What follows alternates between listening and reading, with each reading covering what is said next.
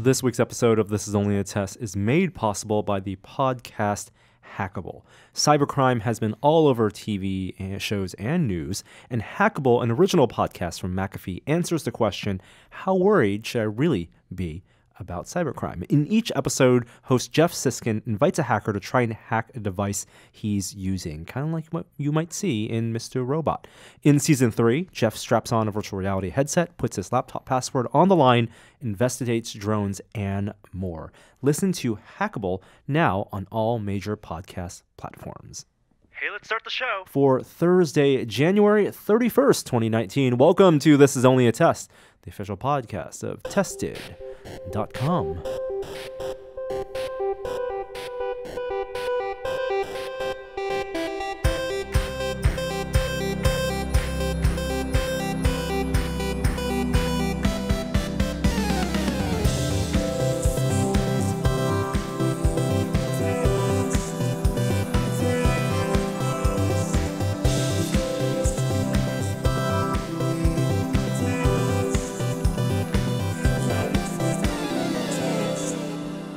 Promises were made and promises are kept as we are back with our full crew this week.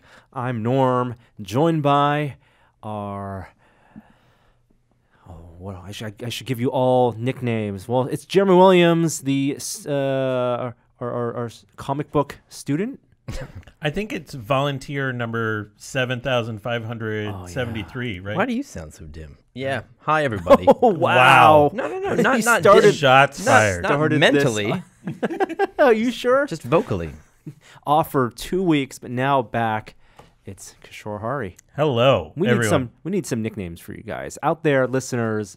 How can I better introduce This is Jeremy gonna and Kishore? end poorly for us. isn't What it? descriptors can we put in?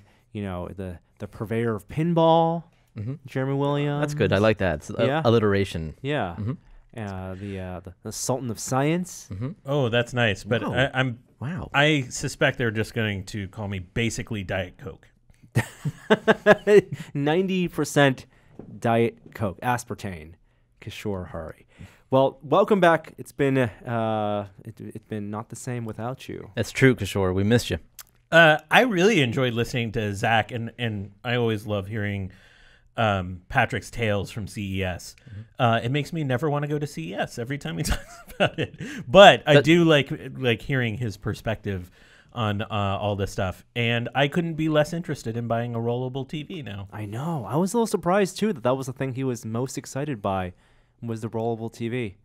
But You know, it's from a tech perspective, it's kind of futuristic. But from a utilitarian perspective, yeah, totally. no. It's super interesting tech, but yeah, not for me at this point.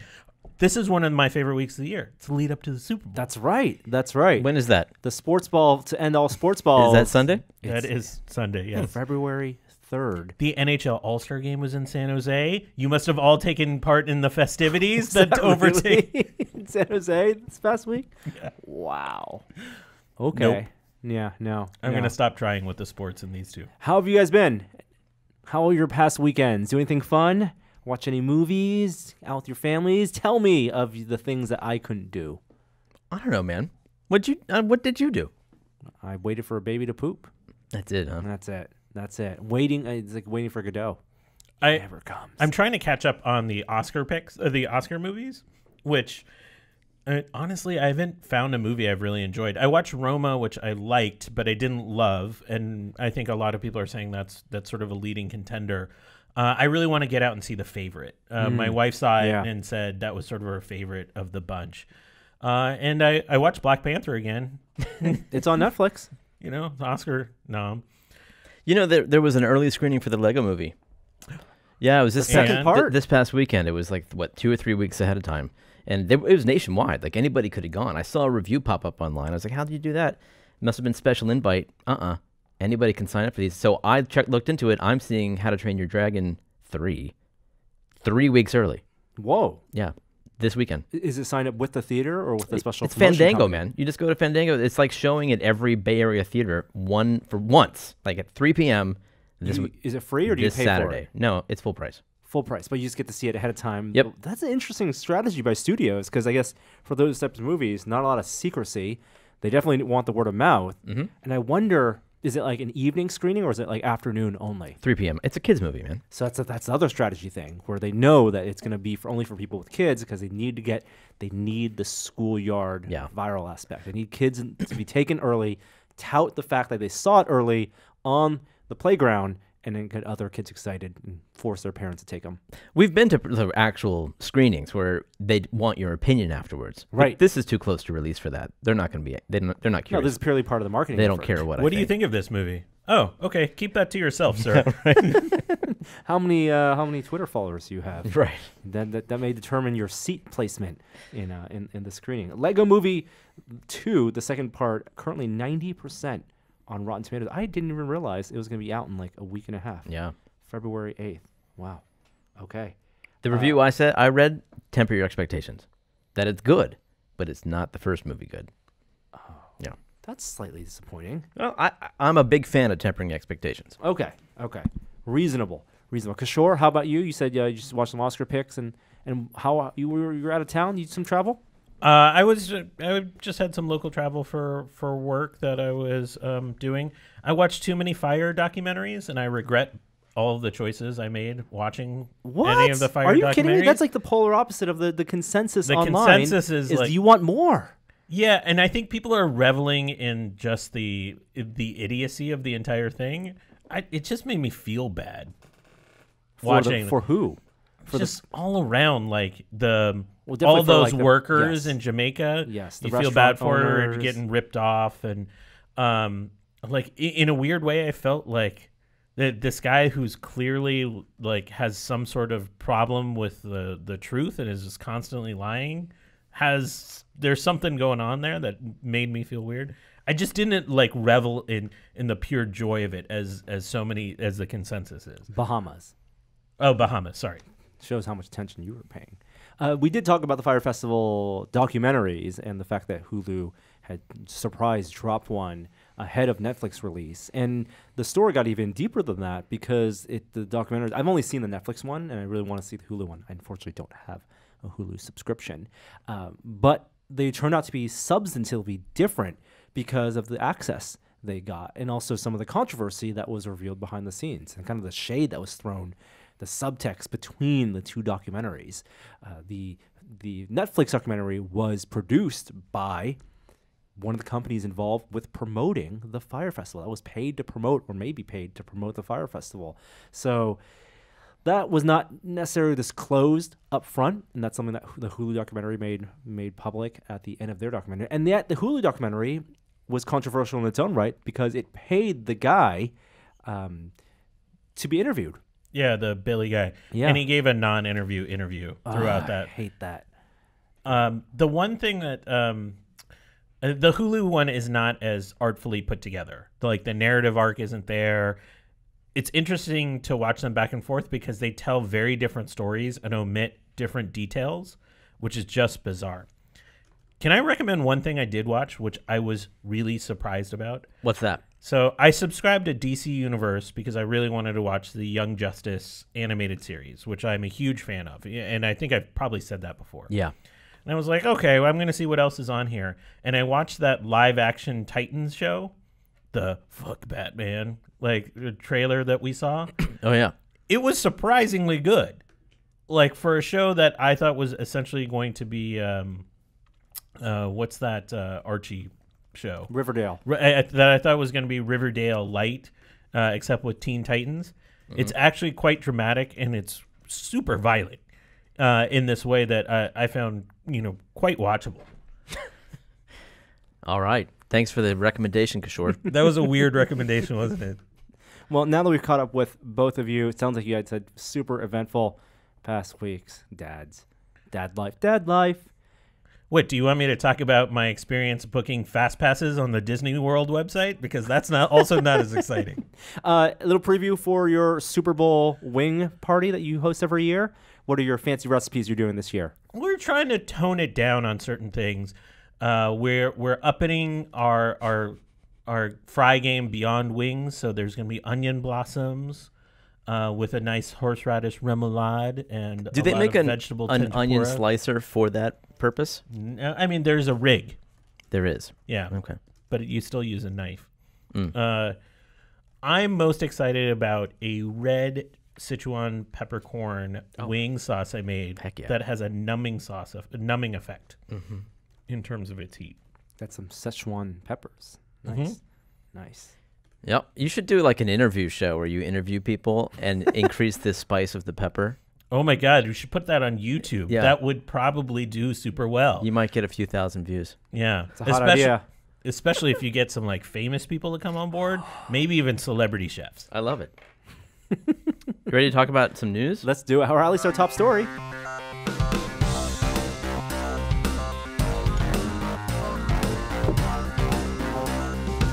Top story this week. All right. Well, let's talk about Apple. Big week for Apple. It's They bad. had their big disappointment, I guess, in their earnings report with adjusted expectations. They sold 15% fewer iPhones this year than the quarter previously. But every other product the sales were up. So peak Apple is what a lot of people are saying. We can talk a little bit more in depth of what that means. Of course, there's a lot of considerations globally, economically. Yep. But one day before the earnings report, you had the FaceTime bug. Right. So for the three people that haven't heard, the bug was that you could FaceTime call somebody, and while it was ringing, pull up your contacts and add yourself to the call, and then it would allow you to listen in on the first person's phone before they'd answered. So that specificity is, I think, what a lot of people did not realize, because I don't think a lot of people have tried the bug. It was patched relatively quickly on the back end. I think by the time all of us heard about it, Apple had disabled group FaceTimes. And group FaceTime on the back end was what allowed for this to happen. I think the assumption that a lot of people had was that the bug was when you open up the FaceTime app, you get a preview of your own face. And when you dial FaceTime to someone, before answering the call, my parents actually got freaked out about this months ago. When people do audio FaceTime or FaceTime with them, they see the front-facing camera activate. And that supposedly is, from a user experience standpoint, is a preview before you accept the call. Get your hair ready. Exactly. Yeah. And so I think the assumption that a lot of people had yesterday or 2 days ago was that this was the bug, was that preview was started to get broadcast live, which wasn't the case. This required an extra step of adding yourself to a group FaceTime chat. And it wasn't even video that was being broadcast. What was there video at any point? Or was it just audio? I think it's just audio, because all I read was listen in. Yeah. So still clearly a massive problem for Apple. Can't believe that this got through. Yeah. Can't believe that there still right now is not a user end fix to it as we're recording this on Wednesday. You mean a software update? A software patch update. Yeah. And they've only managed to kind of close this off from the back end, but disabling one of their flagship features of the last iOS update. It didn't look good. Was not a good look for Apple, and a global bug too. I want to know, how long did this exist before it was noticed by the media? Like, has this been around since the group FaceTime update that allowed for 32 people? I don't know. That's months, right? Yeah. And there have been lawsuits. I think one lawyer has sued Apple because this may have let someone eavesdrop on a deposition. That is Whoa. idiotic. Did you read that? Yeah, what was the deal on that? I don't think anyone actually eavesdropped on a deposition. I think that the way that he phrased his complaint was that Apple, the software bug allowed for somebody to eavesdrop on the deposition. Oh boy. So it didn't happen. Do you think there's actually logs too within Apple to tell if any of this bug was exploited? I wouldn't be surprised. I mean, because it's a pretty easy thing to determine, right? If somebody added themselves to the call wasn't picked up and it rang for a long time. I think, at least from my perspective, like watching what you had to do to exploit this bug, I don't expect many cases, unless you knew about this bug, that it would accidentally happen. No, this was like a very rare case. But once you knew about the exploit, it was easy to do. Yeah, it would have been fun to try. Come on, Apple, let us have some fun. Let us spy on our friends. Yeah, no one has posted compromising like Oh, an example of actually audio doing exactly, right? None, and none that I've seen so far. Huh. So, but it was spread. I mean, this is the kind of thing that I would be surprised if it did exist for a long time, and then it was just suddenly spread virally. With one tweet, and then if that was the thing that brought attention to the software team, and it's not like the person being eavesdropped on, like their phone was ringing. Like it's not like you could have this indefinite like eavesdrop microphone just laid in somebody's living room for an hour. It was on like their screen was showing you're being dialed. Exactly, like the phone, like you're getting a FaceTime call, and then eventually I believe that it hangs up. Right, if you don't answer.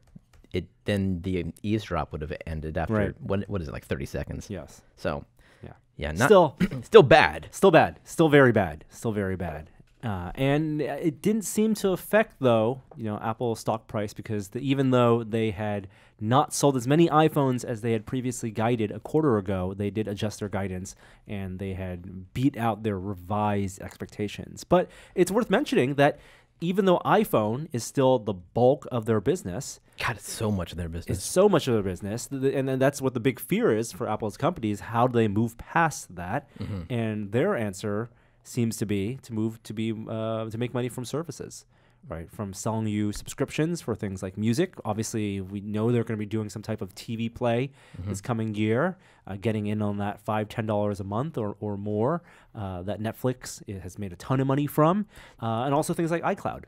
Did you know that they don't have any kind of web player for Apple Music? It's only through iTunes and Apple devices. Right. But their APIs allow it. And so there's actually third-party websites that can tap into that Apple Music. Yeah, basically one of them is playapplemusic.com. And you can log into it with your Apple credentials, and you have your entire account there. And that's a third party that Apple hasn't shut down, even though they use the word Apple in the URL. I mean, I don't know what that means, but it seems like they're being relaxed about people. They want people using their services. Interesting. And also, I mean, we're jumping a little bit to news. Apple just partnered with American Airlines. So if you're on an American Airlines flight and you're an Apple Music subscriber, you can stream that with no Wi-Fi purchase required. For a limited time? I think it's indefinitely. It's just through the complimentary in-flight Wi-Fi, you'll get access to Apple Music. So you definitely want to make it a more compelling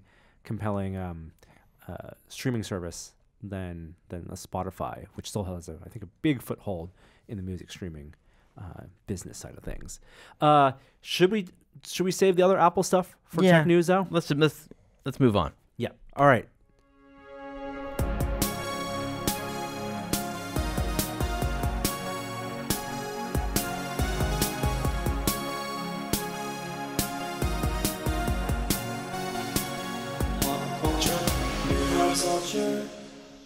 So we talked about the Oscar nominations last week, but let's look forward to 2019 movies. Yeah, movies coming out this year, and top of some people's list, maybe your list, Jeremy.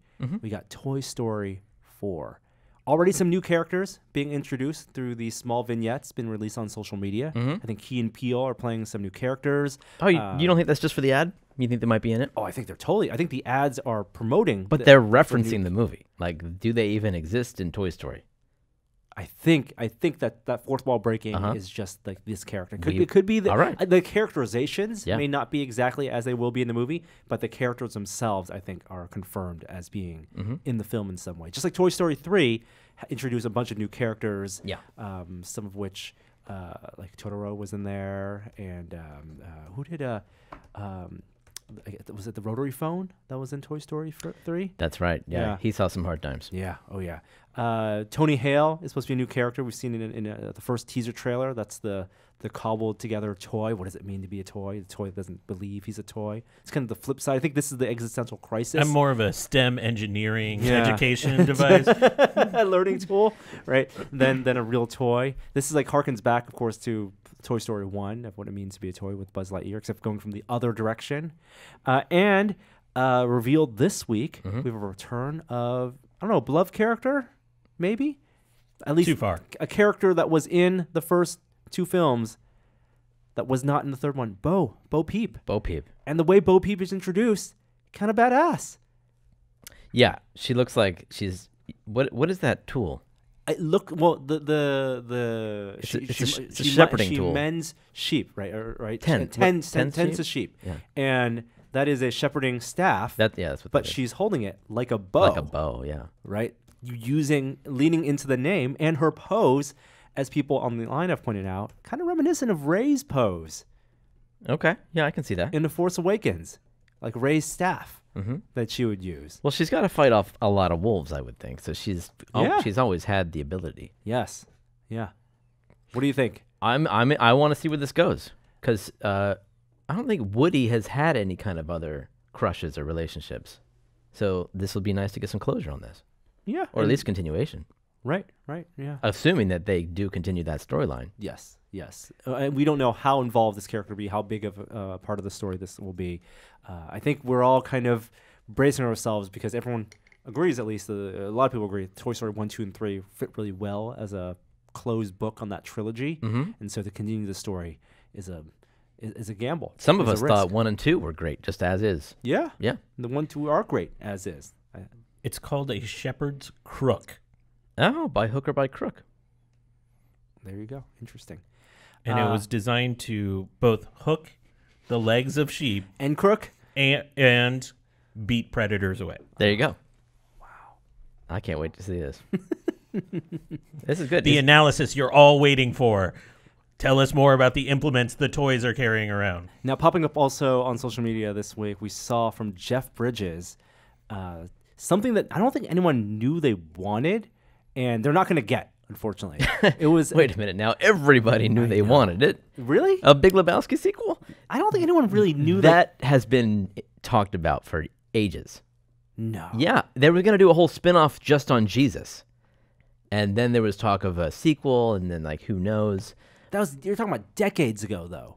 Like, if there was anything The first one only, like, came out. 20 years ago. Yeah, 20 years ago. Right? Okay, yeah. So I don't think that anyone's had Big Lebowski on their mind as a franchise for a long time. I think Okay. maybe after it came out, when it became a cult phenomenon. I mean, Fargo as a Coen Brothers film, yeah. Now is a TV show, but isn't a direct continuation. It just captures the tone of that show, and some elements of the series in terms of the heisty aspects of it are brought into the show. It's a fantastic show. That's something I could see, the world of the Big Lebowski, those type of characters, setting around the bowling alley, which you kind of get that kind of weirdness from movies like At Bad Times at El Royale. But I don't think people are clamoring for the dude to return. I don't know. We might run in different circles. because So you were excited. Yeah. You were very Wait, excited. you showed hung a out sweater. at bowling alleys and with Russian mobsters? No, Not you that took White far. Russians. That's like, what it is. Joke. I was in line to buy the pinball machine. They made a Big Lebowski pinball machine a couple years ago. This company that actually went out of business, unfortunately. I'm going to blow your mind here. I have gone bowling with the real dude that... With Jeff Bridges? No. What are you talking about? The dude. The guy who's based on? Yes. Did Okay. you know it was based on a guy? No. This guy's named Jeff Dowd, and he's a character, local color in Berkeley, and Coen Brothers met him, and he was the inspiration for the dude Wow. and the whole story of the Big Lebowski. Wow. And we did a screening in college over 10 years ago now of the Big Lebowski, and he showed up. And afterward, I drove him, and we got White Russians and bowled Why did you drive him? because I was part of the group that put on the screening. And he was invited? And he was invited, Wow. and I had a car, and so I drove him to go bowling. and Is we he bowled. like the dude, though? Not really. Not as much as you Not would as hope. much as I think people would project and hope. It's hard. Yeah. But he was a good sport about it. And he's like, yeah, White Russians, not really his thing, but like the movie made it so he'll have fun and he'll drink it. Yeah. Bowling, I'm not even sure that was really his thing either. But he was a good sport. So the Big Lebowski teaser. Yeah, why are we talking about this? I know. It was a video put on by Jeff Bridges. He was in character, had a date. Everyone's like, wow, this could be a new series. And then you put 2 and 2 together and you realize it's that Sunday of Super Bowl. And now it's been revealed it's just for a Super Bowl ad spot. I'm not even going to promote the company it's an ad for. But I hate this. I hate that every year you get faked out by these previews, these announcements, these teasers for commercials, and more oftentimes than not, the commercials don't deliver. Yeah, this is especially dangerous because you're dealing with people's heartstrings. Like if Well, Jeremy people here. if people really want to see a sequel to this, and you're going to tease something that leads people to think it could happen, Right.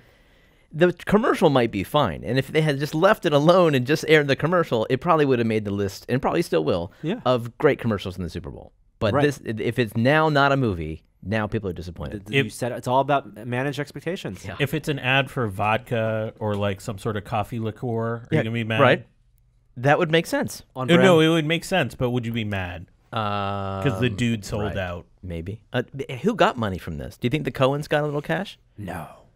You don't think Somebody so? has to have IP on the character. Studio, probably. Could be. I mean, last year, remember the big thing was the Son of Dundee commercial. Danny McBride. What do you mean, like Crocodile Dundee? Crocodile Dundee. There was a whole commercial, looked like a movie trailer, and it ended up just being a fake trailer for a promotion for the Australian like travel board. Does anybody want a new Crocodile Dundee movie, though? It's people in Australia probably. Clearly, this was an important cultural moment, as neither of us remembered it. Yeah, yeah. Well, I'm looking forward to the commercials anyway, and I'm sure we'll be talking about that next week. Hey, also coming out, is it this year or next year? I think it's this year, right? The Mandalorian is coming out. It's in production right now. Jon Favreau. What do you mean? Isn't it the new Disney service? It's with the new Disney service. Yeah, and that's this year. When does that come out? I don't know. They haven't announced. They have haven't they? announced. Okay. But I think it's going to be this year. Got it. Mandalorian and Jon Favreau, who has showed things like pictures, props from the set. Obviously, the costume for the Mandalorian, played by Pedro Pascal. Also recently posted a picture of a familiar droid. Oh, yeah? And this droid now the question is does it connect it actually to the original trilogy? It is R5D4, the droid that saved the galaxy, that sacrificed itself. What are you talking about? This isn't canon. This is the What are you droid. talking about? Yeah, R5D4 was the droid that blew up. It malfunctioned. Malfunctioned. The Jawas. Luke bought him. You mean the one with the bad motivator? He was unmotivated. But the head canon is that he knew that he was not supposed to be acquired by Luke, that it was R2 that needed to be acquired. Shut up. And so he self-sacrificed. Next blew story. himself up. Oh my God. Deactivated so that Luke could get paired with R2. That's the kind of bullshit that has ruined Star Wars. the head Stop canon, it. the fan fiction, Yes. the subreddits. It's all got to tie together. No, it doesn't. Well, the character, this You know tied who the together real somehow. hero was? It was those water evaporators that malfunctioned. That got Luke out there in the first place. Yeah. It was really those Wampa rats that got, bullseyed by that T-16 that like... Exactly. Thank you, Kishore. Now, there is no confirmation that this is the same droid. It could just be the same model and it could just look the same. But who knows? It's a striking... I love the design of this. It's so much a garbage can. Now, Will would know the answer to this. Was this thing an actual toy in the late 70s, early 80s? Could you buy it? Was it named R5D4 before now? Oh, it was totally named R5D4. Oh, before today? Absolutely. Yeah. I have a R5D4 collectible from like Kenner had that 4 toy years out ago. back in Okay. the original time. It did. Yes. It was R5D4. Yeah. Okay. Yeah. Just curious. Yeah. So the question is whether this is actually R5D4 or just another astromech in the same color scheme. Yeah. That's the big question. Real big questions for the Mandalorian. We need answers. We totally need answers. I mean, this is the thing that'll get me to watch. You guys, either of you watching Star Trek Discovery? Oh, well, the first one's on YouTube. Anybody can watch it. That's an interesting thing, right?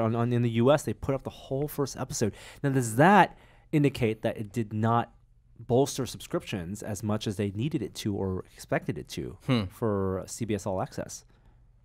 So drop that whole first episode. It did premiere on CBS All Access? Yeah. I wonder. I have not watched it, even for free. Wow. So there you go. I think it's worth watching. Yeah? Does it do a recap? Of the first season? Yeah. Yes. In the beginning, it does a recap. All right, great. Although you don't really need to know, at least from the first episode, because it starts off with where the last season ended off, which was an encounter with the Enterprise. And so if you're interested in the Enterprise at all and that cast, or that crew, it's a good hook. You should you should tune in. I've only seen the first episode. The second episode's out. I resubscribed to CBS All Access, and I think like Zach is doing. I'm subscribed for the duration of this. Do you watch anything else? No.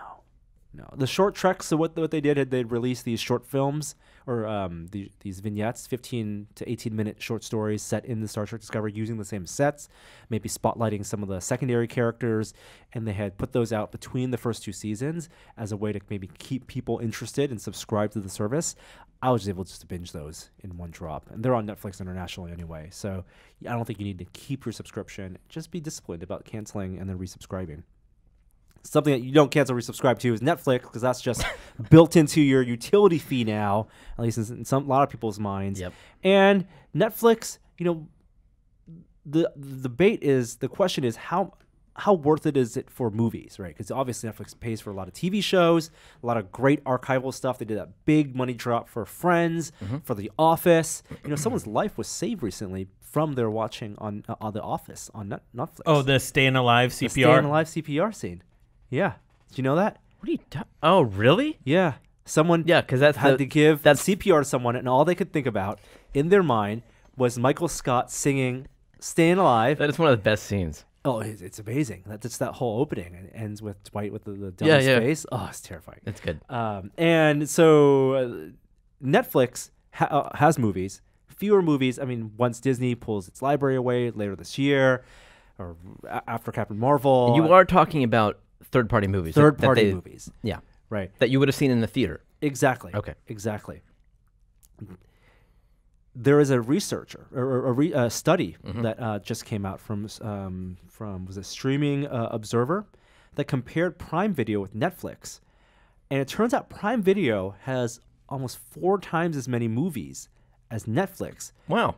But if you go by library size only, Prime Video has 17,000 movies, Netflix has almost 4,000, and HBO has fewer than 1,000. But if you look for quality, Netflix has by far more movies that are certified fresh on Rotten Tomatoes, by far the most. 600 films on Netflix certified fresh, if you use that as a metric for whether you should watch a film. Quality versus quantity. That metric, while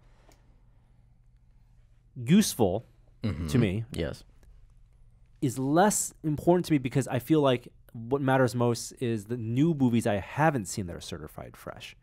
And Netflix, I feel like, while they may have a lot of films that are certified fresh, and good films, there are a lot of films I'm not going to watch again, or I've seen too many times. Because they're Star Wars. I mean, they're big films. They're big films. You would have seen. Yes. Yeah. It's like your Dark Knights and Infinity War's up there now. Infinity Wars, exactly. Honestly, I don't really scroll down to find stuff that's just hidden in the library much anymore. I get captivated by the new release or what's trending, that kind of stuff. And most of that is shows now or Netflix produced original content. So I don't find myself watching many movies that came out through some other medium on Netflix. Maybe I'm kind of an outlier or weirdo, but that seems like what Netflix is trying to push you to do.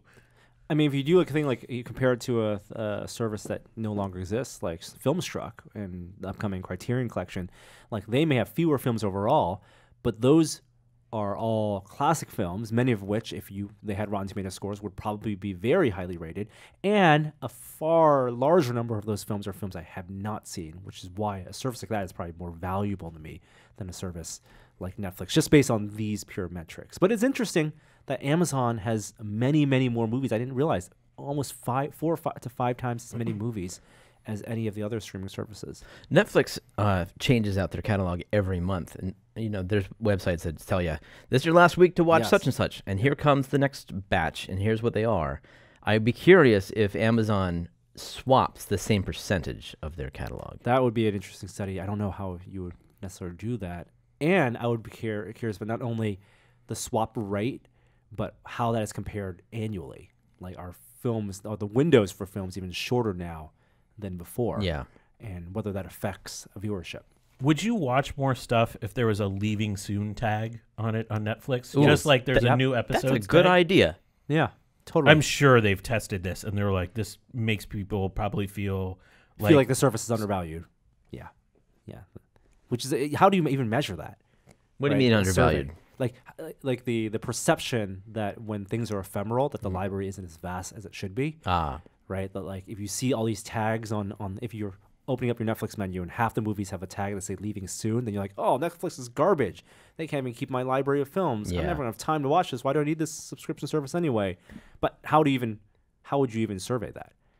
Right? You'd have to prompt them with that idea. Does this make you less interested in subscribing when you realize? Or why did you want to subscribe? Right. Yeah. Yeah. These are tough marketing questions. We got 2 bits of zombie news in pop culture this week. First, Zombieland put out its first poster. They accepted the 10-year challenge and did a poster that's in the same vein as the first Zombieland poster. Honestly, looking at the poster, it's called Double Tap, Zombieland 2 Double Tap. You could have told me this was the poster for the first film, and I would have said, oh, yeah, okay, that's Zombieland 1, because it looks exactly the same. None of the actors look like they have changed at all. Woody Harrelson, Emma Stone, the kid that played Mark Zuckerberg in The Social Network, and Abigail Breslin. But is this a movie you guys are excited for? Nope. Did you guys like Zombieland 1? I watched the first one because it was a cultural touchstone, and I was just like, okay. I think I have the same reaction. I think Zombieland came out at the peak zombie. Yeah. And where zombies were just everywhere, and I felt like it was too kitschy. You know what too hooked pandery. me? What hooked me was the big cameo at the end. Oh, the Bill Murray? Yeah. I thought that was so pandering. That's why I wanted to see it, because I heard about that. So, yeah. Yeah.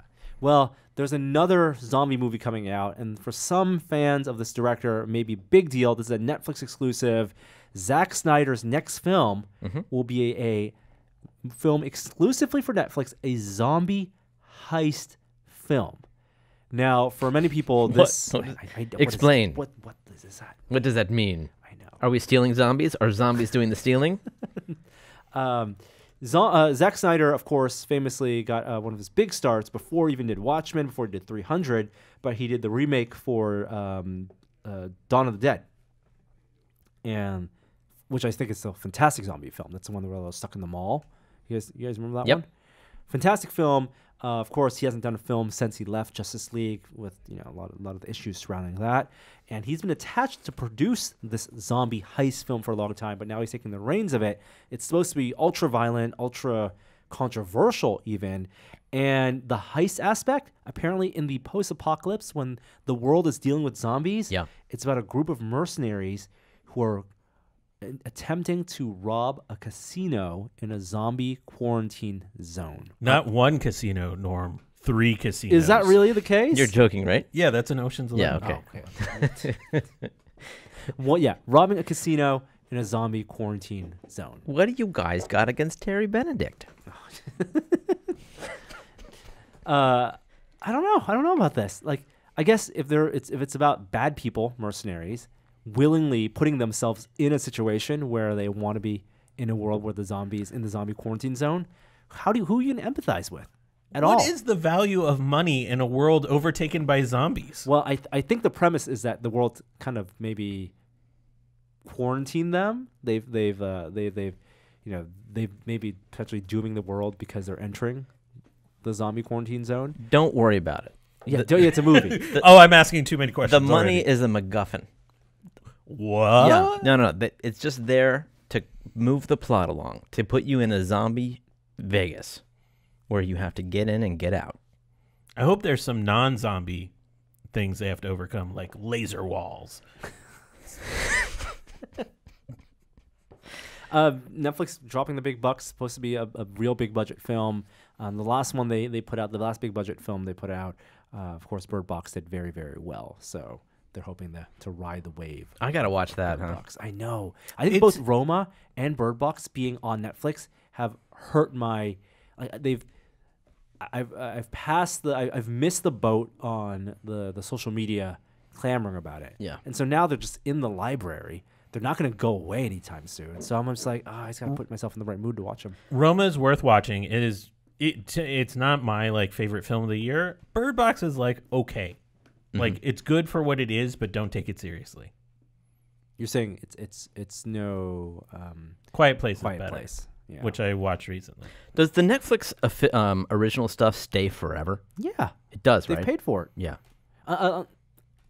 I think in some instances where they've paid for the licensing, where it's like a UK production, they just Right. pay for the US stuff. I don't know if that's like contractually. There's a end time for that one. But the ones they've actually produced, there's no reason that stuff would go away. Some Marvel news: Doctor Strange has now signed on one of the same writers that worked on the original, the first one. Mm-hmm. So this is, I think, one of the least respected characters in the MCU in terms of the film. I love the film. Not in my household. Yeah, I love this film. I think it's I feel like people don't talk about it enough. My son saw this film so many times. Really? Because we were on a Disney cruise this Christmas. Well, then you were forced to. You weren't. They don't strap you into the chair. There were other things to do. But they showed this many times, along with Rogue One. Yeah. And he would go to the theater every time. I don't think it's the respect it deserves. Oh, I thought, I love it. Yeah. The special effects are absolutely incredible. They're mind bending. I mean, space time bending. Do you think this hurts Endgame when we get all of this information about sequels coming out of characters that were dusted? Yes, man. Yes. I don't want this kind of spoiler. We talked about this with the Spider-Man trailer. We all know this is going to happen. They're going to revert things, but I feel like it undercuts the movie too. Like, there's no point in releasing this information now. You could wait, a couple months, and you can't stop the machine, the Hollywood machine, from working. Deals are being signed. Things are going to get released like Yes. Did that Spider-Man trailer really need to come out?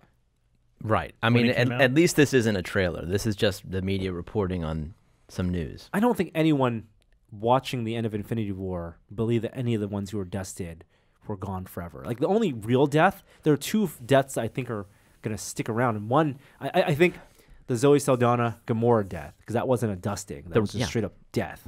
Right. That's one that if we saw a Guardians of the Galaxy cast announcement and then she was part of Guardians of the Galaxy 3, I would be bummed out to know. Right. What about Jarvis turned humanoid? That guy. Oh, Paul Bettany? Yeah. Vision? Vision. Have they announced a Vision show?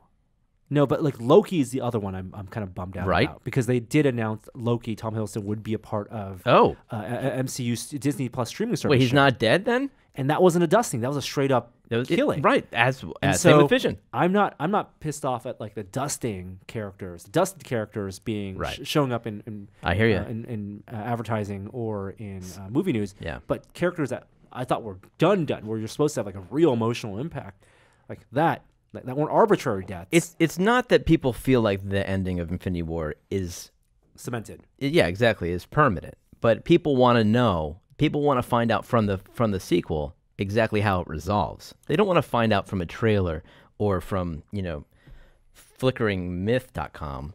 I mean, we're also the ones. I mean, we are asking this. We're putting it on ourselves by reading the news. Or do you take it to the next level and release a Doctor Strange trailer that starts with, "Well, that was crazy," and then just immediately moves on? And we're not even talking about this film being in production yet, right? Marvel's been known to psych people out. What if it was that like all this movie news was all psych outs? Ooh. And after the end game, it's like, no, there are these shows that we announce, they're not really happening. We are disbanding the Marvel Cinematic Universe. It's all new characters, all like new this. Marvel. This is good. This is a good theory. No heroes reborn. The heroic age. They're playing the end game. Yeah. They've been known to psych you out with trailers before, with entire scenes, entire CG elements in scenes that were not in the final film. One piece of Marvel MCU, not really news, but interesting, just behind the scenes information that I think is worth reading. IO9 did a really wonderful interview with the editor of Black Panther and Captain Marvel, Debbie Berman, who talks about her process, how she was hired, how she works with directors to cut the films together, and provided specific examples and insight for movies, for Black Panther specifically, about how she put that film together with the other editors, and why editing is just an important part of that creative process. One example, for like what she talks about, is she never reads, like, she's not on set, obviously. She's brought in as an editor after film has been done, essentially, like the filming part of the film. And so she's watching all the dailies, and she's watching not only the scenes that were shot, but also the minutes leading up to the scenes and the minutes afterward, to get a sense of the actors' feelings and how they're working relationships with the directors and the tone and the feelings on set. And then from that, put together a film without any other input, without having talked to the director about how scenes are supposed to be constructed, put together what she thinks is a good film, then go back to the directors and work out. Jeez, that's a lot of work. It is a ton of work. I think editors are hugely underappreciated. And things that, like, it's tough to... things that we take for granted as being awesome moments in films. We think this must have been storyboarded this way, or must have been part of the script. Absolutely. They control the rhythm. They control all the beats. But things were not exactly the case. Like, she talks about how the scene where T'Challa goes to do the first ritual fight, right? And there was a whole extended speech and monologue setting up that fight that she just cut out because she felt like it was better to enter that scene from his perspective and not have the speech so that the audience can witness that landscape from his fresh eyes. That's really brilliant, to give the editor so much control that they can use their fresh perspective to ignore what costs so much money and the big picture the director had in mind, and not have any investment in not only the budget or the scenes that were shot or the takes that were shot, but to tell the good story because as an editor you're a good storyteller. Same with the ending of the film. The mid-credit stinger, I think it's been known, was supposed to be the ending of the film. The speech that T'Challa gives at the United Nations was the original ending. And after editing it together, she's like, this doesn't feel right. And then went to Ryan Coogler, director, and said, we need a different ending. And then he wrote the ending that's in Oakland. Which is better. Which is much better. Much better. And that's after the UN ending had been screen tested for audiences. Oh, wow. And had gotten great reviews. No way. To then still say... Wow.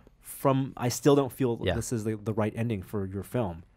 Like, that is a really awesome achievement. Also smart to make it a mid-credits stinger. That's pretty smart. Totally. So that interview is on IO9, and you can just Google IO9 Black Panther editor Debbie Berman, and that'll pop up in Google. One piece of video game news. That's right. To wrap up pop culture upheaval in Nintendo world. Metroid Prime 4, which people had been long anticipated to come out on Switch. I think this year it was supposed to come out. It was in development for a long time. The slate has been dusted. Isn't that interesting? So Nintendo's come out and they have said they are not happy with it. They are so unhappy with it that they don't think it can be salvaged. And they're going to start over with an entirely different development team, the original Metroid Prime team here in the U.S. Were you a big fan of Metroid Prime? I liked it. This was the first DS Metroid Prime. It was like the demo came out with DS. Do you remember?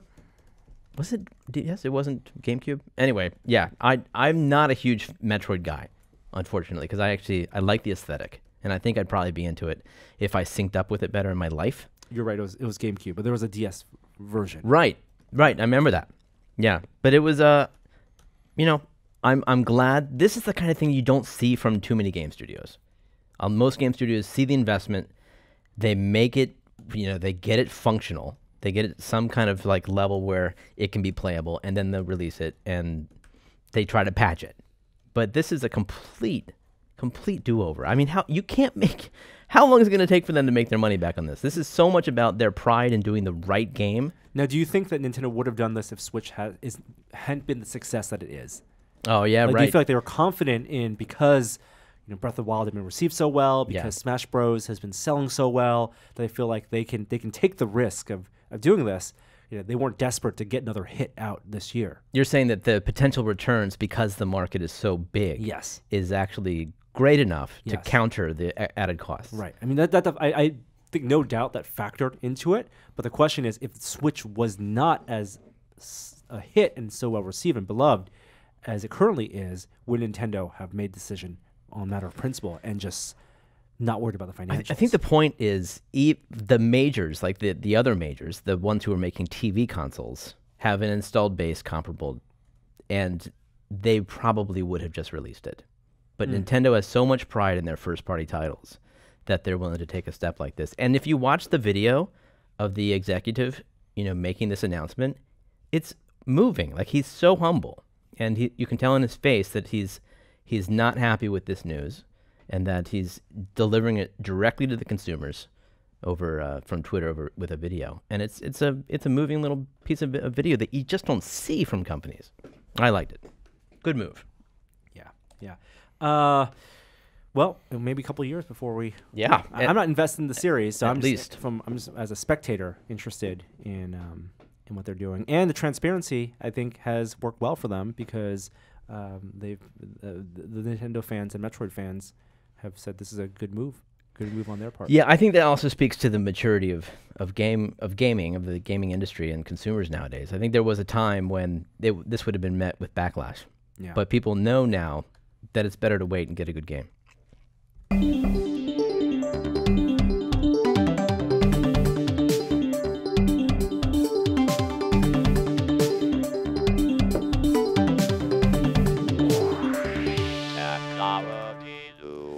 One sec before we jump into technology news, I do want to thank the other sponsor that makes this episode possible, and that is TriplePyte. Because applying to programming jobs sucks. You have to put the right keywords in your resume, and you spend hours and hours on phone screens and take-home projects. And that's assuming the company even responds to your application. Well, if you're a software engineer, TriplePyte can help. They work with over 400 top tech companies, from big names like Dropbox and Adobe to exciting startups. You do one brief online interview with them, and if you do well, you go straight to a final interview with companies on their platforms. It's like the common app for software engineers. TriplePyte does not look at your resume or where you went to school. All they care about is if you can code. And you can apply now at triplebyte.com/test. That's triplebyte, as in BYTE, as in 8 bits, .com/test. And as a special offer for listeners of the show, if you take a job through TripleByte, they'll offer you a $1,000 signing bonus. All right. I have a button that says short transition. Let me try it. Let's try it.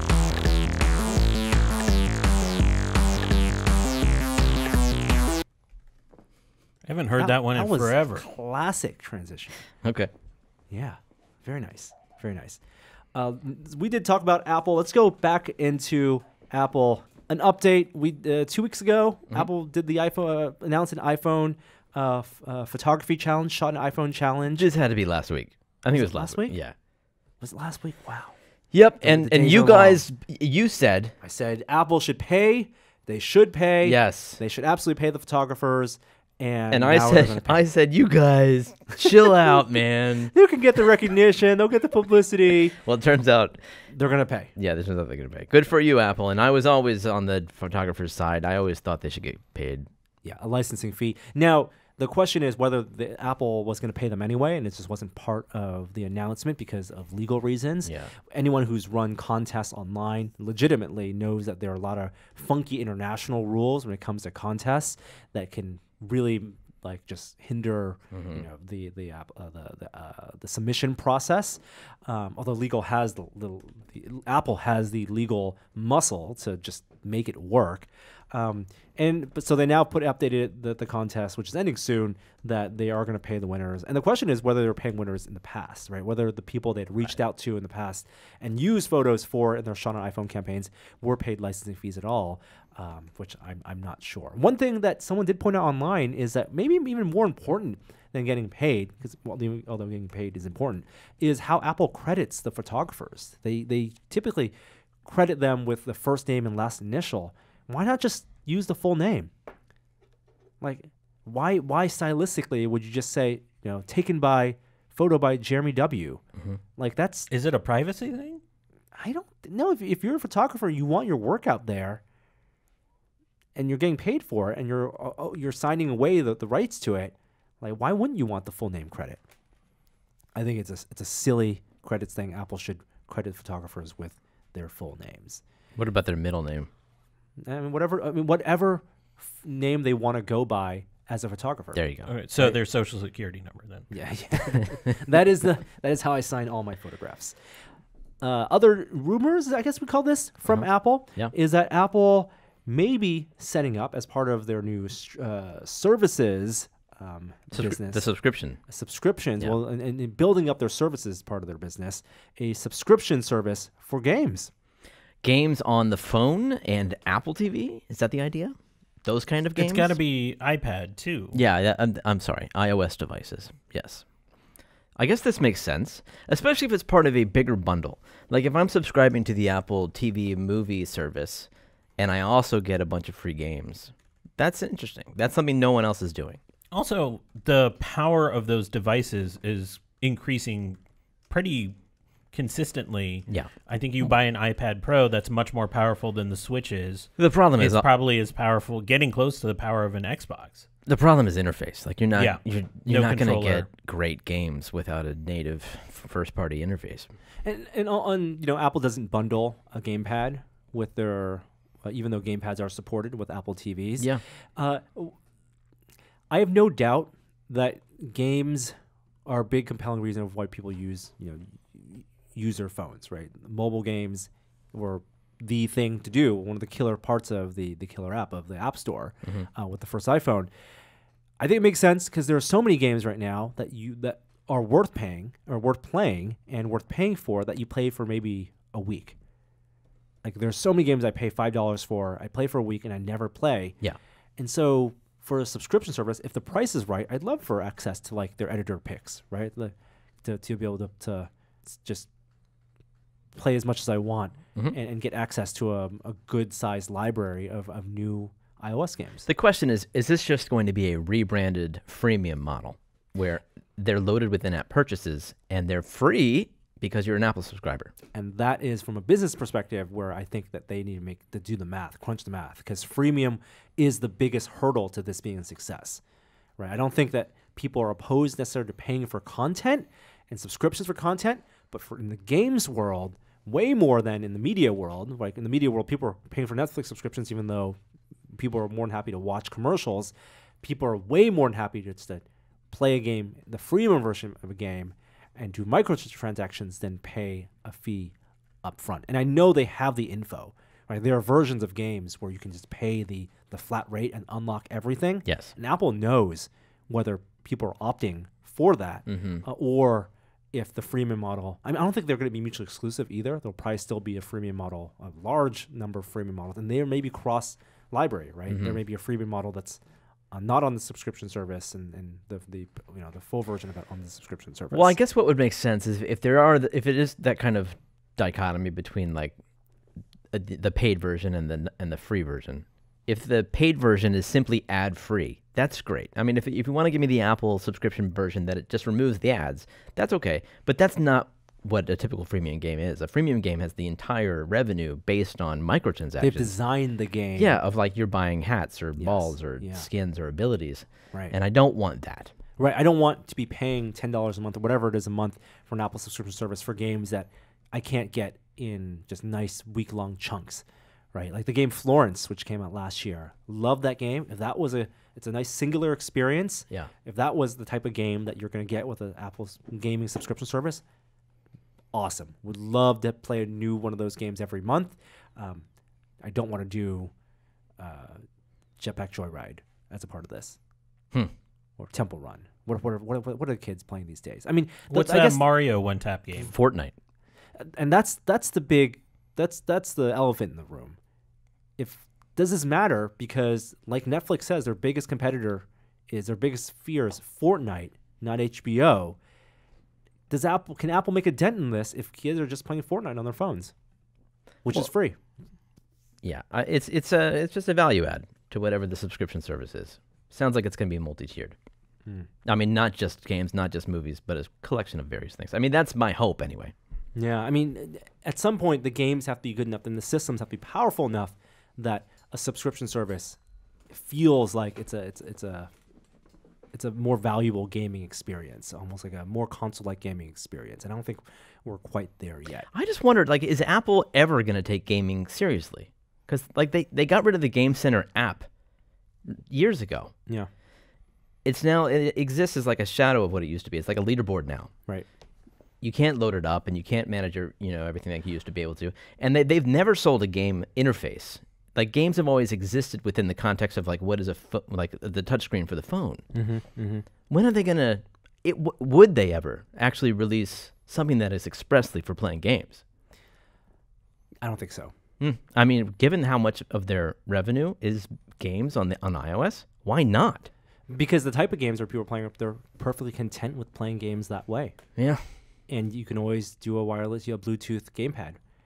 The real problem is, as we're seeing from CES, Apple TV functionality like iTunes movies being built into TVs, and the rumor from last year that Apple might be doing a low-cost dongle, like a Roku stick style Apple TV, because while they make money on hardware, and that traditionally it's all about services, and they care way more about people buying iTunes movies, people doing Apple Music, and maybe people paying for game subscriptions. That's lowest common denominator experiences. It's not a $500 console, a $400 console. You're not going to be able to play, Spider-Man on this Apple subscription service. And Microsoft and Sony have their own subscription services that are doing quite well for multiplayer compatibility, for things for PlayStation Plus, for game drops here and there, So Apple, of course, has the reach of billions of people, so maybe that doesn't matter to them. But I don't think they're ever going to move into the $300 game console market, low margin console I don't think market. you have to anymore. You just have to. You have to have an interface. You have to have a gaming interface, gamepad. Their hardware is already powerful enough. Yeah. Yeah. What does the Apple gamepad look like? It just needs to come from Apple. It just needs to come from Apple. It's going to be like the Apple TV remote where you just lose it. You flip it upside down and it's the same thing. It's reversible. No, I Maybe it's part of their AR play. Ooh, that's interesting. Then your phone becomes a controller. No, I suppose your hands. I don't know what they would do. You think like a 6DoF style controller, or it's just it sees your hands, like a magic leap or a leap motion. I don't think we're close enough for that to be good enough. Yeah, that would be cool. Who's going to be the first traditional game developer or game manufacturer to do a controller that's hand presence as one of the primary controls mechanisms? I guess PlayStation Move is part of that. You can play PlayStation Move on a flat screen game and it gives you kind of like hand presence, and it also works in VR. So imagine what it'd be like if you had like an Oculus Touch style controller to play a game on your big screen TV. It's hard to imagine. It's hard to imagine without holding some kind of controller, because even just pulling a trigger is a form of haptic Well, that's what I'm feedback. saying. The Oculus Touch style. Yeah, where you get hand presence, but you also get buttons. I hear and you. you have parity with two hands on your standard 2-stick gamepad. Yeah, that'd be neat. You bought over the holidays an Alexa product. You said the word. The time. Yes, I did. Yeah, the wall clock. I thought this was brilliant. You loved it. No, everyone in my family loves it. We put it up on the wall, and everyone's like, "Oh yeah, no, that makes total sense. I get it." Because we use a lot of timers in the kitchen, and we have our wall clock in the kitchen. So when you set a timer, Echo set a timer for 10 minutes. Sorry, everyone who uses the Echo keyword. It illustrates that. It lights up 10 minutes worth of LEDs along the clock. A ring of LEDs. Yes, well, it lights up 10 minutes worth, not a full ring. And then they click, tick back. They tick back. And so it's quite handy. You can do multiple timers. And we like it a lot. When the alarm actually goes off, all the LEDs, they light up. Very pleasing. Unfortunately, they have now taken the product off the market, and it's because of connectivity issues. And I don't know if this is why, but it was clearly stated when it shipped that it's incompatible with stereo pairs, and also the subwoofer. So if you have your Echo paired with another device, which we did with the subwoofer, it loses connection to the clock whenever you're playing music.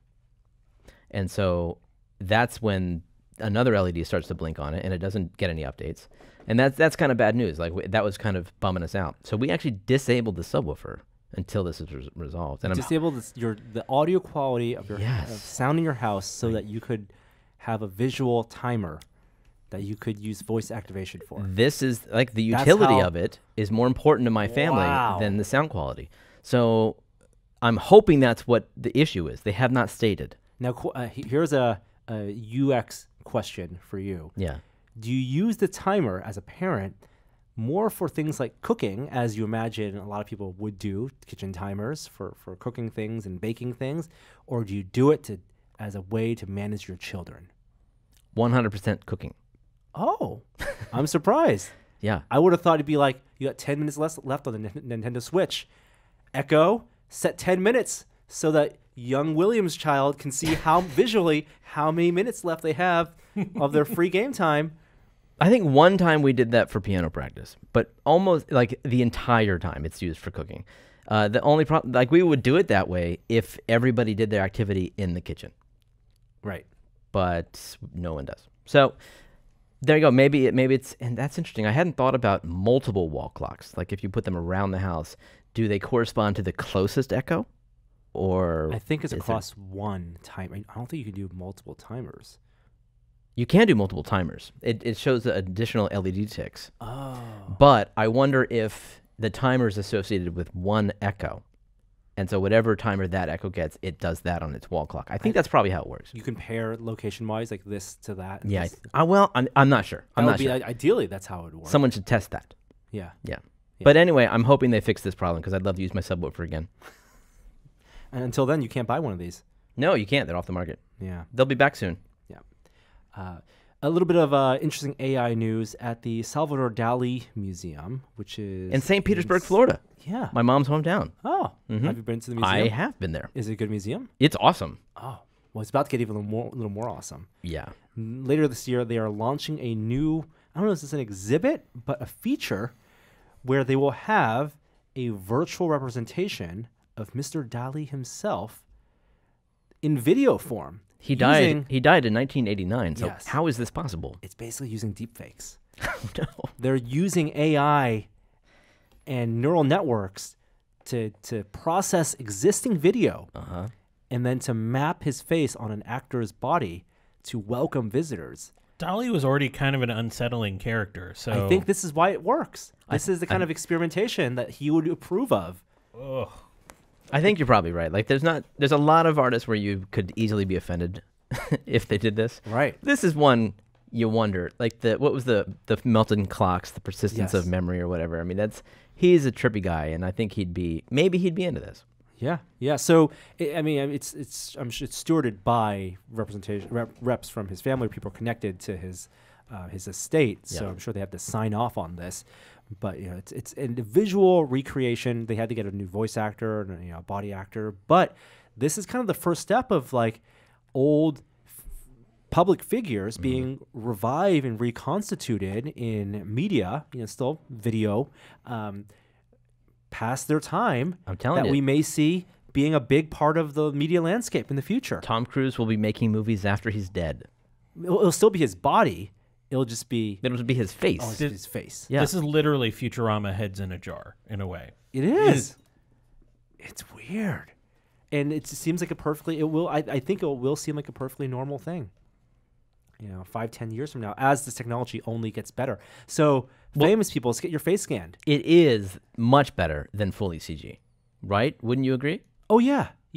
I mean, the animations, like I guess it depends on the quality you're going for. I don't think they could. This is for a museum exhibit. This is if you're projecting this on an IMAX screen, right, putting it alongside other live actors perfectly lit on a scene like Rogue One. I don't think they could have done this for Tarkin in Rogue One. I wonder. Like the animation, the blending. If you've seen any of these computer-generated faces, the facial blending doesn't work. I have not seen perfectly. ILM do it. I think that you would have to have libraries of a lot of like high resolution, best quality possible libraries. You get the actors into those light boxes, right? Those spheres where they photograph you and not to capture video of you. You're essentially making light fields. It's light field capturing of facial animation and then generating from that database what your face looks like in saying new things that you never said. Mm-hmm. Sounds expensive. It does sound expensive, but like all technology, it can all scale, and there's a lot of money to be made. GameStop. No one bought it. No. We had used. Slightly used. A couple of weeks ago, we reported on an article that said there were two buyers that were having a little bit of a bidding war. Turns out they both decided not to buy GameStop. I'm not surprised. I don't see the future of the outlet. Like I walked into a GameStop this week, and it was pretty bare bones. I mean, in they've there. moved towards merchandise a lot. Yeah. It makes sense. You know, it's the whole Comic-Con kind of thing brought to the mall. But just given the sheer number of stores they have, collectibles are going to be hard to maintain an operation of that size. And they maintain a ton of inventory. Yeah, I wonder how long until they're actually out of business. I mean, I think they are great for selling old games conveniently. And you can go in there and get a store credit and buy other games. But with the whole movement towards digital downloads, you can't resell your games anymore. And obviously that cuts out retailers like GameStop to sell them in the first place. Last two stories, and one we'll have to only tease 'cause I want to do a little more reading on this. First, the Roomba vacuum. The lawnmower, the Roomba lawnmower. It's happening. It's happening. The It's finally happening. Roomba vacuum technology is being applied to your front lawns. Is it called the robot Terra? Terra is what it's called. Yeah, iRobot. iRobot. Oh, no, it's just, Yeah, iRobot Terra, meaning Earth. Yeah, I like right? it. That's good. It looks like... I'm very curious about the tech around its edge detection with this because, like, you know, with early versions of the robot inside, you would set up little sensor walls. Yeah. And now they've moved to this sort of like optical mapping of space.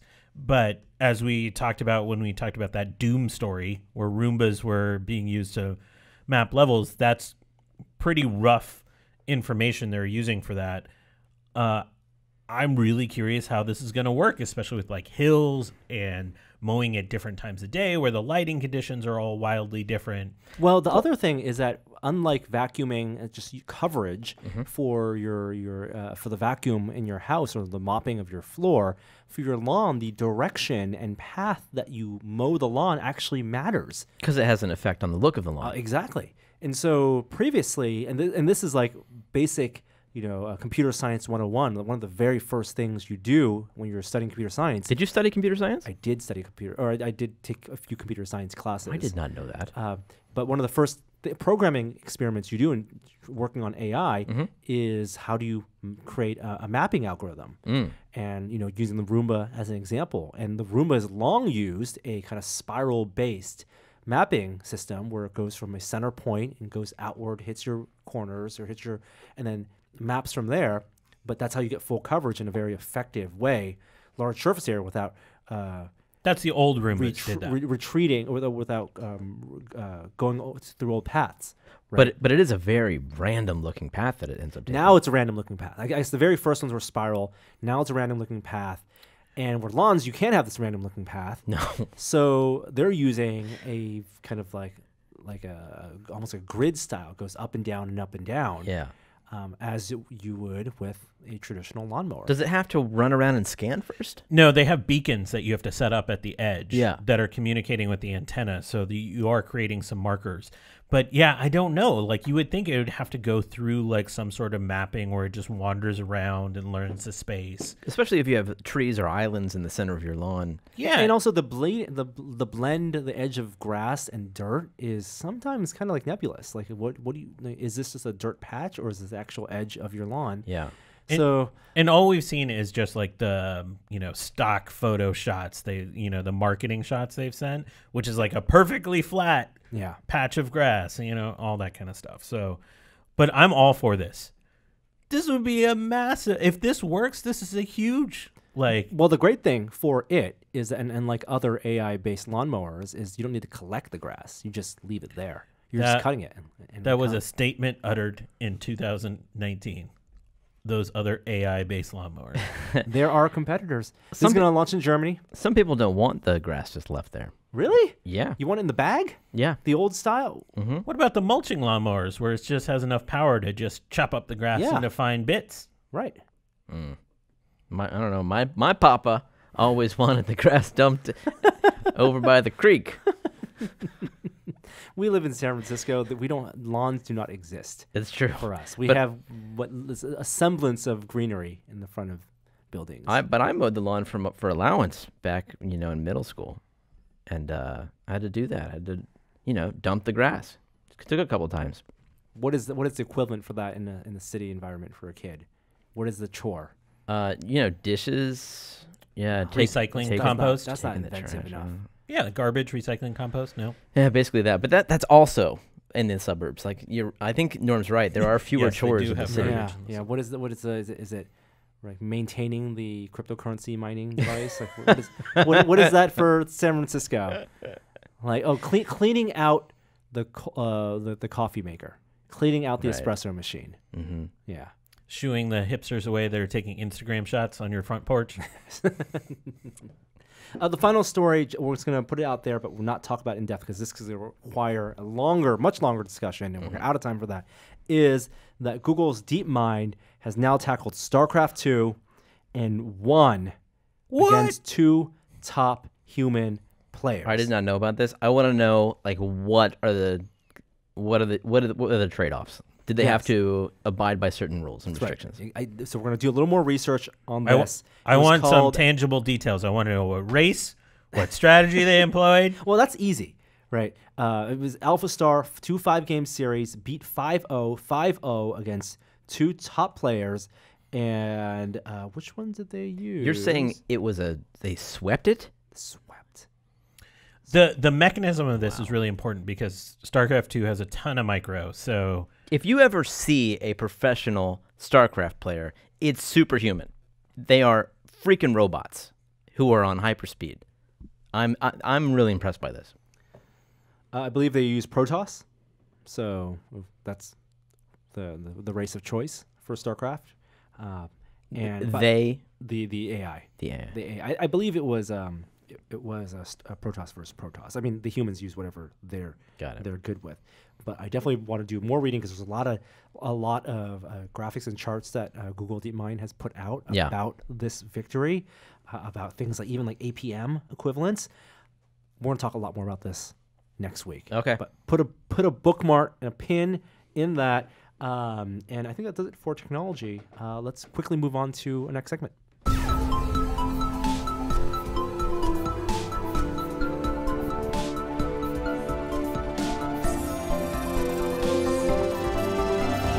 Now it's time for a moment of science. all right, 60-second catch up on things I missed while you were gone.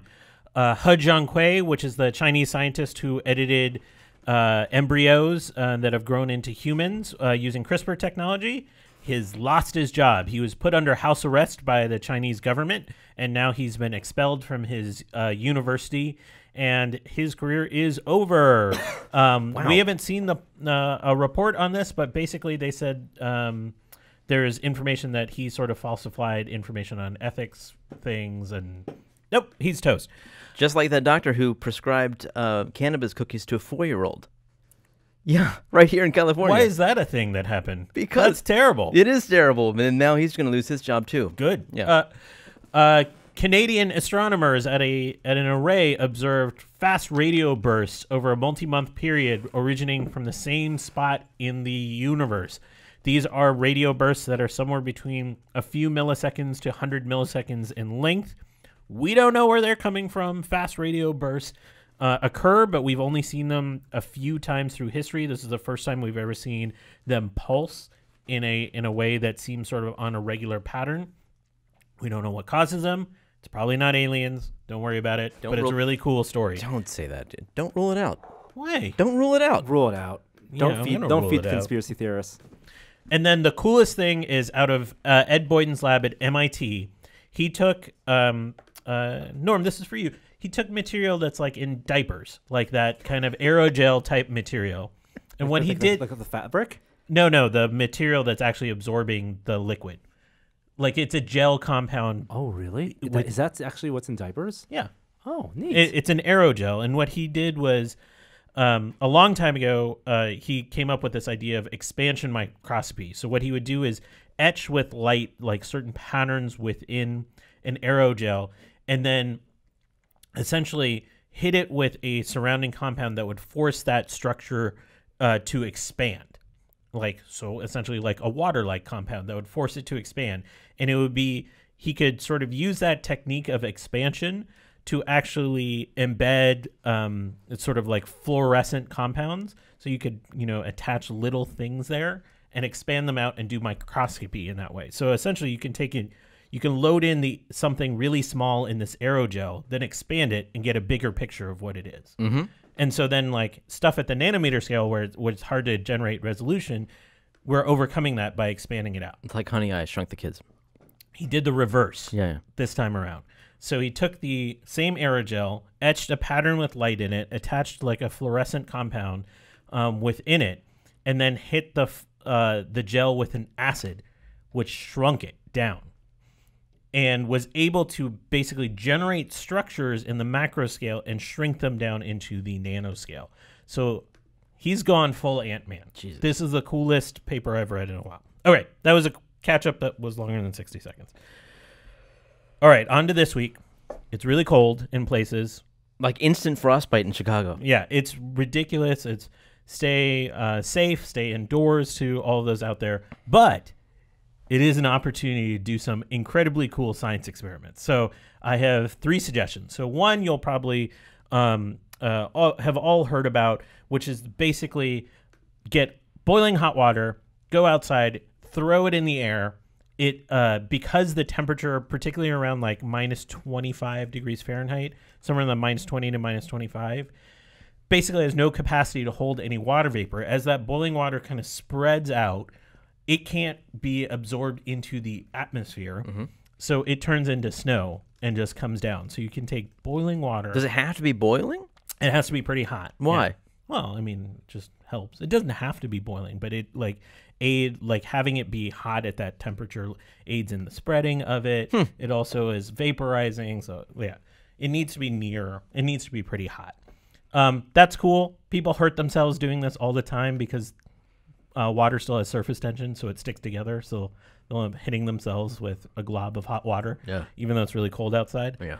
That's cool. You can generate instant snow, but it's not as cool as some other things. My favorites are that soap bubbles can freeze in this kind of weather. So you can generate soap bubbles outside that will literally form into structures that you can hold within your hand. If you're extra cool and are a vapor, you can actually put some vape smoke inside of the bubble and then have it freeze over, and you'll be holding sort of like an opaque ball of smoke that is frozen on the outside. It's super delicate. It's really beautiful because you get the crystalline structures that form. I'll go you one better. So there is a liquid that is in my house that freezes at about minus 30, minus 20, minus 25 to minus 30, depending on the purity of it. Celsius? Fahrenheit. Celsius, you're right. It is vodka that's typically about 80 proof. Now, vodka, if you put it in your freezer, won't freeze. It doesn't get cold enough. But it is literally cold enough in places, many of the places in North America, where you can freeze vodka. Now, freezing alcohol is really different than, you don't get like an ice cube type lattice structure out, but you can freeze vodka. Mm-hmm. It'll typically form a slush. I highly recommend if you get like a silicone, ice cube mold. Yes. Those are resilient to about like minus 50 degrees. So you can load it up with some vodka, let it freeze, and you'll get sort of this vodka almost slush when it comes out. That's like kind of like the texture of it, because it can't form into a cube lattice.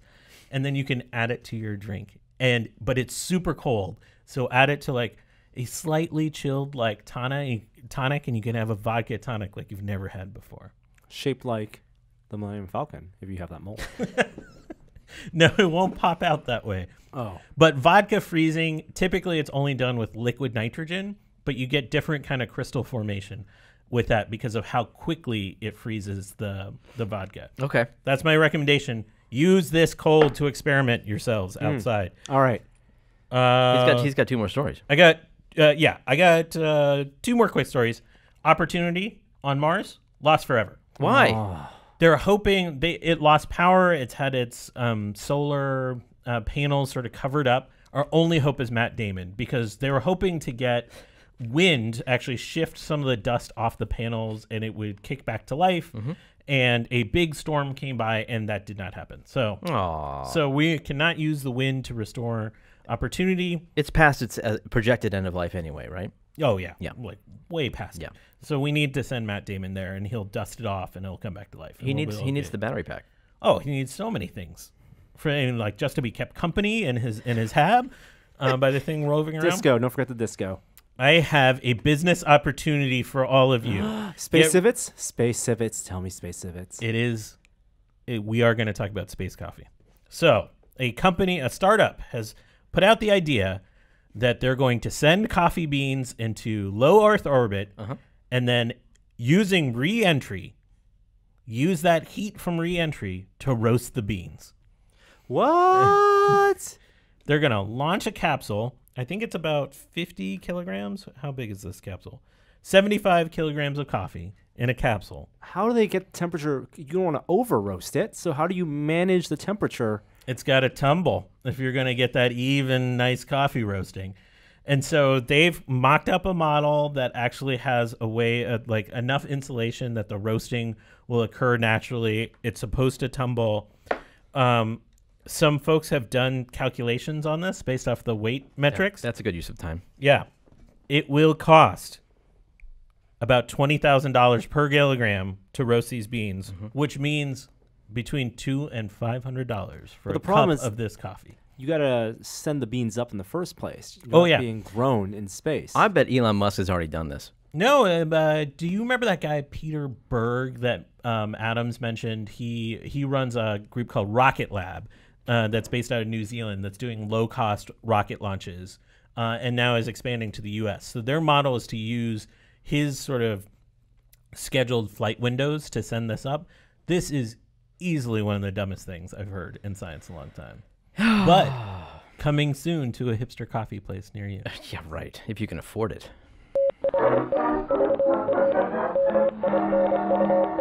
The VR Minute. Virtual reality this week.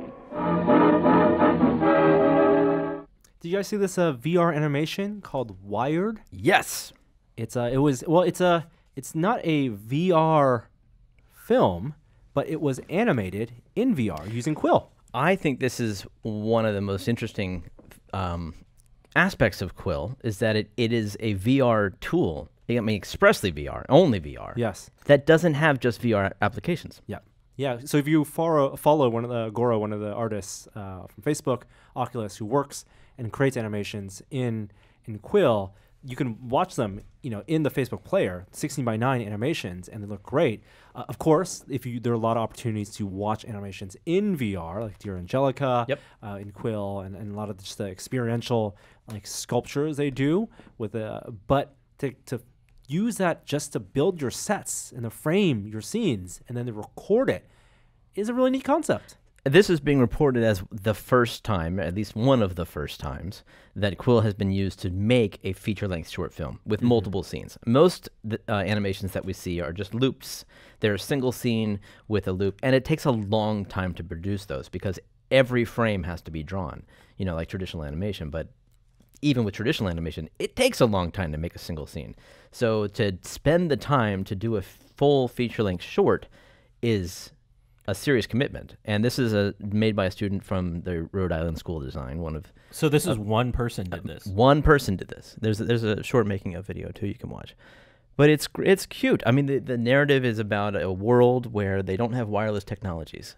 And it has some interesting implications. And from a cinematography standpoint, you are limited because your camera is your headset, or the capture that you're getting out of your headset onto the desktop, and so you're not swapping out, at least in Quill, virtual camera lenses for telephoto. You can't get the same kind of shots you would that animators at companies like Pixar or Disney Animation have built into their workflows. But you get a handheld camera, which it's almost impossible for people to do with traditional computer graphic tools. It's always simulated. But this has a one-to-one mapping of but you get the same fixed wide-angle handheld camera, though. Absolutely.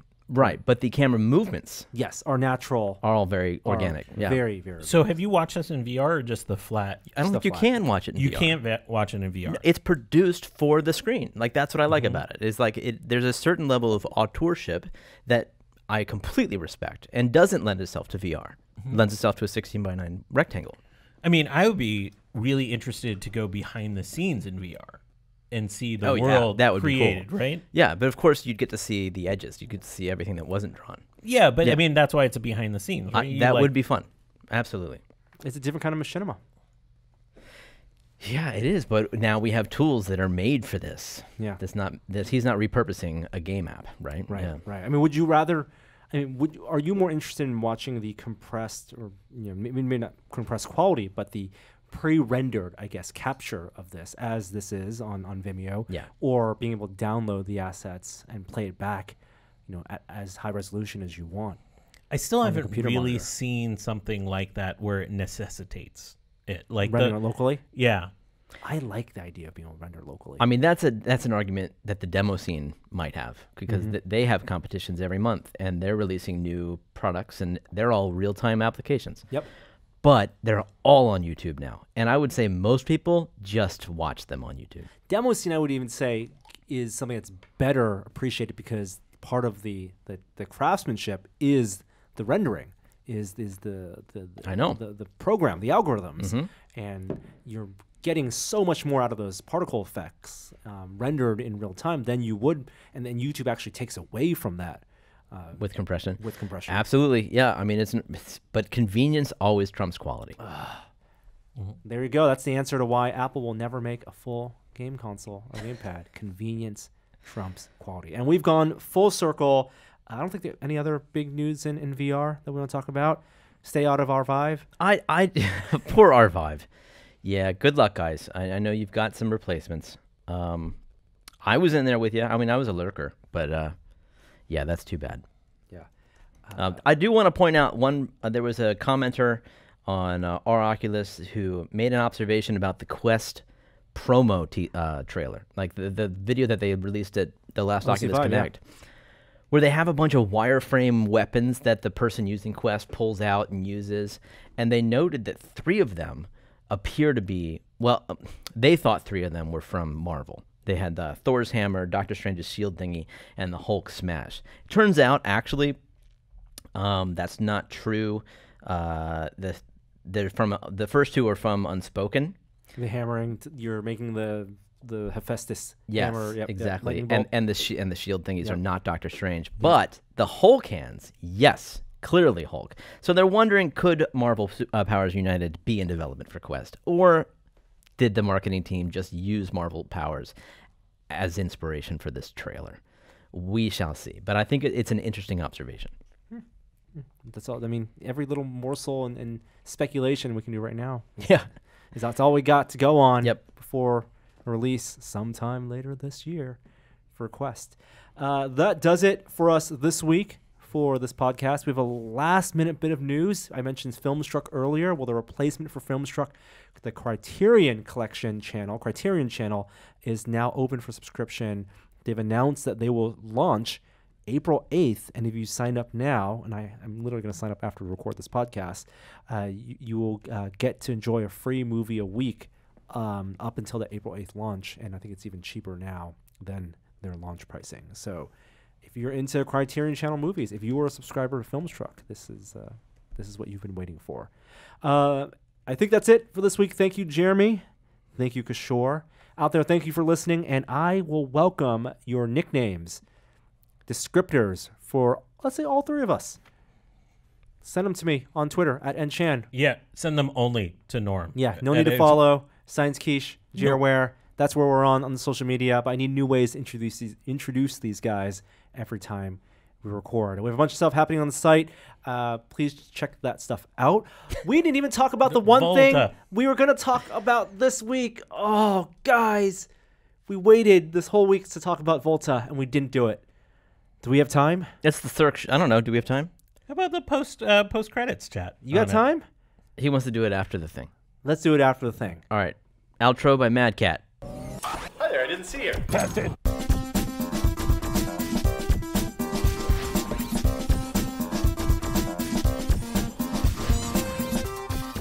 Oh my god. Oh my god. No, that's horrible. This game over, man. Can't fight that, baby.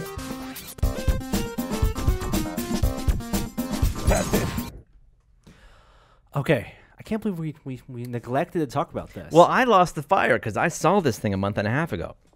but you didn't go behind the scenes until last week. I did. You're right. I went behind the scenes with you. So you had mentioned on the podcast that you went to see Volta, the Cirque du Soleil show. It's in San Francisco, going to San Jose. And I raved about it. You raved about it. And you said you'd never been to Cirque. I'd never seen a Cirque. So someone working on the show reached out to us and invited us to see the show and also to go backstage. And so we did. Very kindly. Yes. So I got to see, so Kishore, you had made plans to see the show with your son as as well. So I went at a different time and got a different behind the scenes take. And I saw the show last week. The show itself, awesome, lovely. It was great. The BMX bike portion, without giving away much, was just stunning. Well, it's a good finale, right? Yeah. It's just stunning what they were doing. Also, there's this a set of scenes that uses a bridge that kind of just shows up. And just like the fact they're like doing all these crazy manipulations off of that bridge, and that bridge is like moving, was totally incredible. So I was blown away by numerous aspects of the show. Whenever my family goes to see it, my wife and I in particular are always just inspired by the joy of life that these performers seem to have. That the fact that they're using their bodies to do these performances in ways that most people simply couldn't fathom. Yep. And it's amazing. It's inspiring. And you teased a few things on Still Entitled this week about going backstage. Just the sheer enormity of it, like 74 trucks full of gear, and then they build a little city. Did you go into the food area? Did not go to the food area. So that's the first place we stopped, and it's basically like feeding a city. And these are like mammoth, like, incredibly tip-top athletes that are in this show. So they're eating like their body weight in food. And so not donuts. No, just like carb loading to the extreme.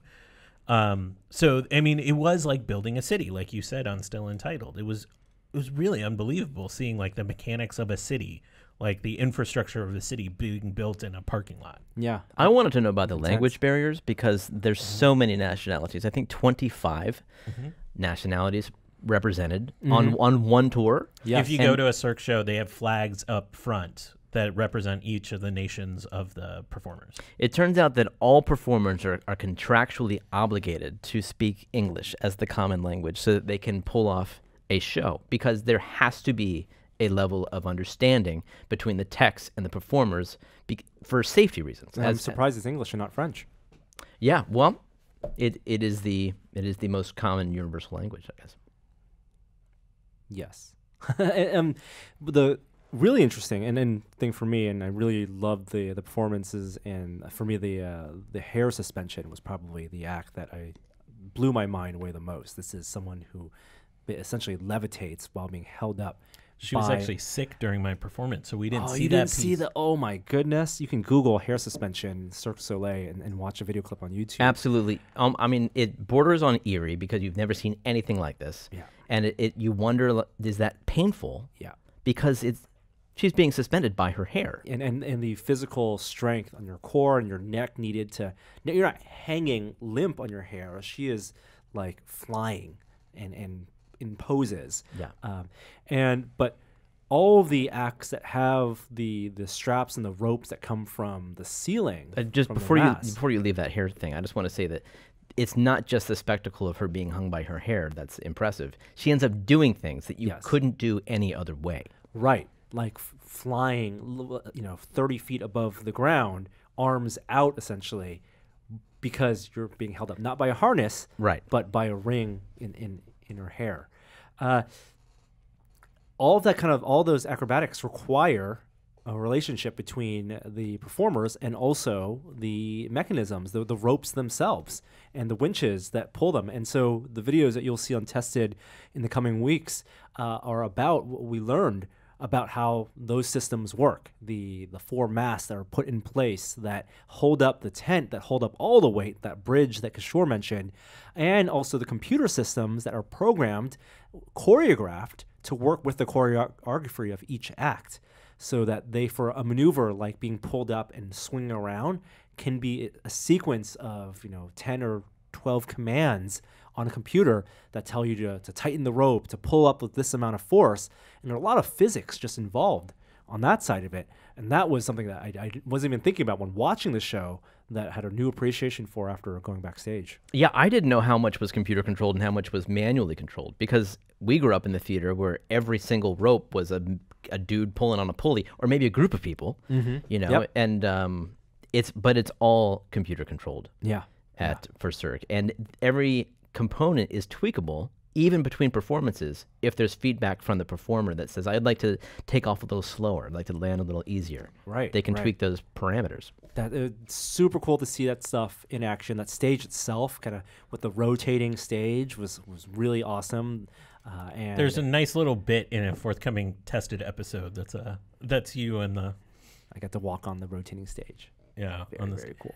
And then, of course, the workshops that were set up, right? Not only are you have the food and the facilities teams, but also the repair shops. And so one whole tent we got to tour is set up as the repair stations for every different department: props department, the rigging departments, the automation departments, and they all have their own workstations, and basically pack all the gear that they would need into large road cases that fit into the semi-trucks. I liked how they had different gear for breakdown and setup than they had for maintaining the show, so that stuff doesn't get like scavenged and all that kind of stuff.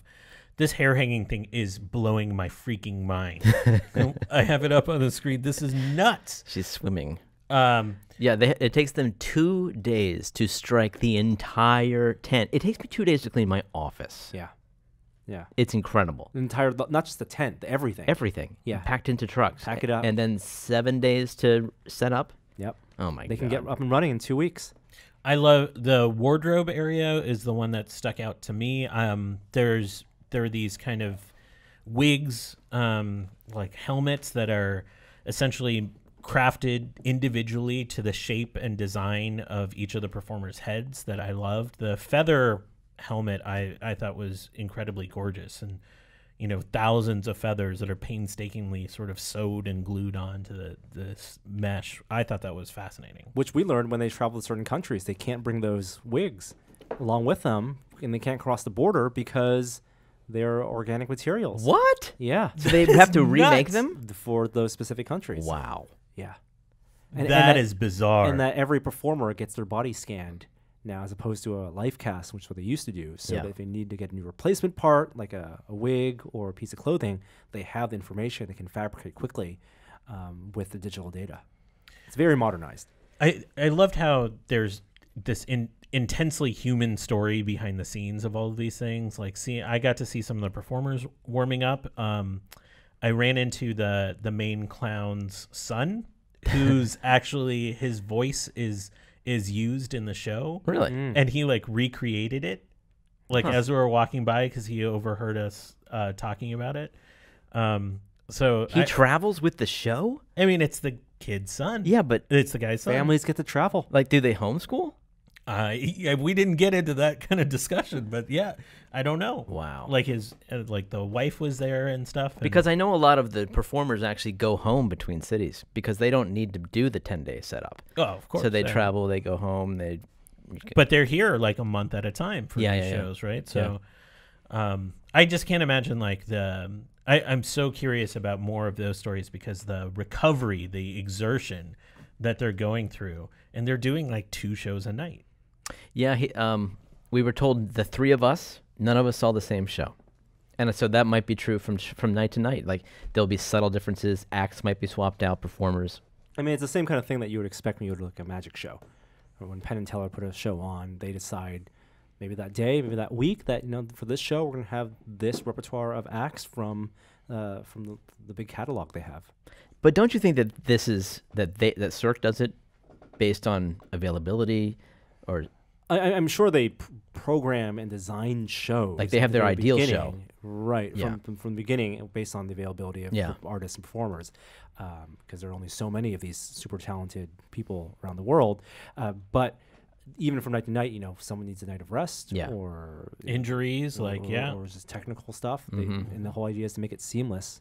And so it is. takes 24 months start to finish to produce a show from Design. whiteboard to tent up. Wow. 24 months. And the performers come in 6 months before performance. But of course, the performers are part of the entire design. Yeah.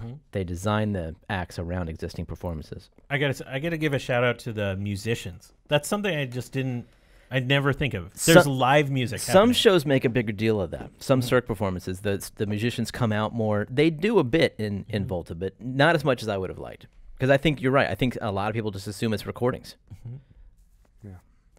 So thank you, Sean, out there, for inviting us to the show, and we'll have videos of that on the site. Hopefully, not too Whole Cirque, not too far. Whole Cirque setup. Everyone there was super welcoming and just beyond gracious. Alrighty, that really does it for us this week. We had our outro already. Thanks for listening, and we'll see you guys next time.